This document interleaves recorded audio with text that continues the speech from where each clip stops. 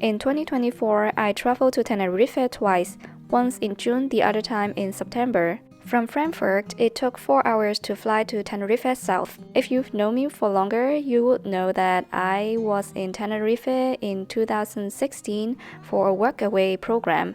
I worked at a hostel for 1 month in exchange for food and accommodation before I headed to France for my French summer course. And every year, this hostel organized a reunion for all the past volunteers. However, I didn't join before because of my studies, and this time I decided to join it for once to see how it's changed over 8 years. When I stepped into the hostel, it doesn't feel like it has changed much, and I feel like I'm taking a time machine, bringing myself back to visit my past. At the beginning, it was a little bit nostalgic, but then I realized how much I've grown and changed over the past 8 years, and now I feel like I don't fit in anymore, or in fact, I've never had. It's still a good vibe and people are super nice, but I just have this strange feeling that I don't vibe with them that much. Anyway, I'm still so grateful for all the great memory it brought to my life. Now I feel like I'm a granny talking about my past. Alright, let's move on to the next day, which I went diving.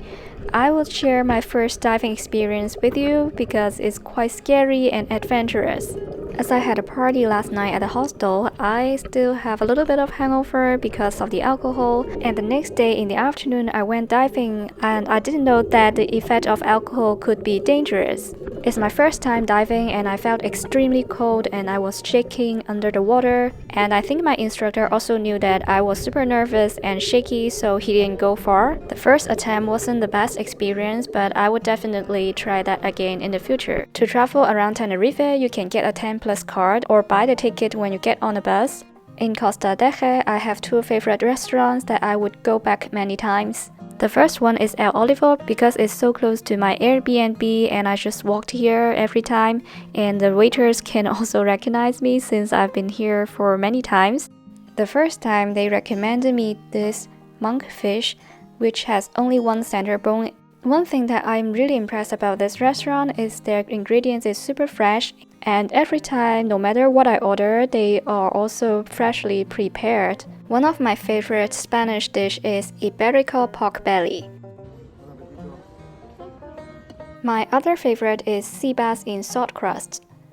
Many restaurants do not offer this because it takes them half an hour to prepare the whole thing, and they also need a skillful waiter to serve this. It's so amazing to see how the waiter removes all the bones from the fish. If the waiter is very skillful with great technique, the fish should be out of bones and salt, and it's very easy to eat.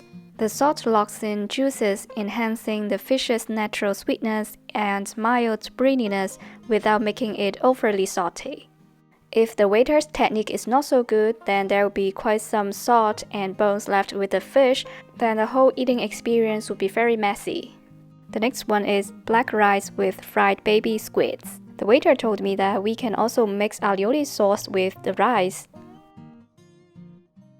My other favorite is Mastro Bistro. This one has the most amazing seafood.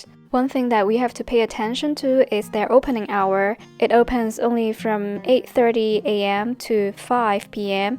and the kitchen closes at 4 p.m. so make sure that you come here within this time period. If their opening hour were longer, I could have been here for more times. I wanted to come here the day before I left Tenerife, but I was late because of my golf practice, so the kitchen was closed. But then the waitress gave me her phone number so that I can call them next time if I would be running late. At the end, I got a piece of pistachio cake, and she even gave me an extra big piece. I'm so grateful for their friendliness and great hospitality. One day I was craving for steak, so I came here. I ordered medium rare, however this is a little bit too bloody for me, it's kinda like rare. But one bonus is the view, obviously. After dinner, I usually would walk around the beach to see the sunset.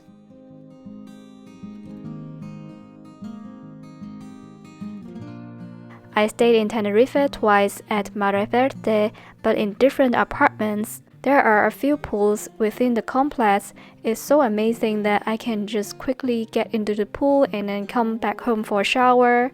I have the same plant at home in Germany, but I didn't know that it can grow like this.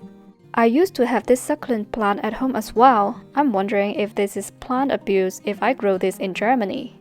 Another good thing about my Airbnb apartment is that it's so close to the shopping center where it has a Mercadona. This is my favorite section of the whole supermarket because I can grab them and then the next day I can have tortilla for breakfast and then paella for lunch without even leaving my Airbnb.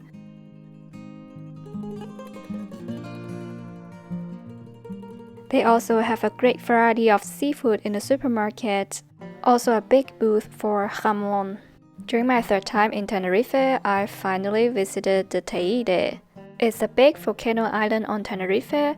It's the tallest mountain in Spain and a popular place for hiking and stargazing. The area around it is a national park with amazing landscapes that look like another planet. The road is so narrow, steep, and full of sharp twists and turns, making it a real challenge for a driver's skills. The Spanish lady next to me was holding the handle really tight and saying, "Oh Dio, vamos a morir aquí." As I joined the tour, we also visited Vilaflor. It's a charming mountain village in southern Tenerife, sitting at around 1,400 meters above sea level, making it the highest village in Spain. Garachico is a beautiful coastal town with a rich history and stunning natural scenery. Once Tenerife's main port, it was partly destroyed by a volcanic eruption in 1706. The town is also famous for its El Calaton natural rock pools, formed by the lava flow, offering a unique place to swim. Next, we came to Masca Valley. Masca has a fascinating history as a pirate hideout, where legends of treasure and adventure still linger in the air. Lastly, I would like to share my first experience of playing golf. In Tenerife in June, it was my first time ever playing golf. I got a teacher to give me an individual lesson, teaching me the basic skills first, like swings, chipping, and putting. In June, the driving range was closed, so we practiced here. At the beginning, it was super difficult because I couldn't even hit the ball. The whole thing is even more difficult when I don't have a car, and these golf clubs are located in the middle of nowhere, so every morning I would take the bus uphill and walk for 30 minutes to the golf club, and after the class I would walk downhill for another 20 to 30 minutes to the bus stop and then take the bus home. In September, when I came back to Tenerife the second time, the driving range was open again, so every morning I would wake up around 6:30 and then hit the driving range around 8 to start practicing, because it's summer there and it's gonna be very hot after 11. It's been my daily routine for 2 weeks. It's very funny because I woke up even earlier than my work days. I started playing golf in Tenerife because we don't need a license to start with. However, in Germany, we need to get a Platzreife, which is a license for golfing. Even though we just play in the driving range, we still need a license in Germany. Here in Tenerife, you can just rent a golf club and then just grab some balls from this machine. It costs €2 for around like 20 balls. In Germany, the price is similar, maybe a little bit more expensive. In Tenerife, I had 3 teachers and each teacher taught me different techniques. At the end, I would just take what works best for me and not to think too much. Also, keep practicing according to the feeling of my body. After I moved back in Munich in October, I got my Platzreife in November, so I can come to the driving range to practice every week. My performance is still not so stable. Sometimes it feels quite off. Sometimes it feels effortless. It's a form of meditation for me and I still enjoy the process anyway. Thanks for watching, take care, and I'll see you in the next one. Bye!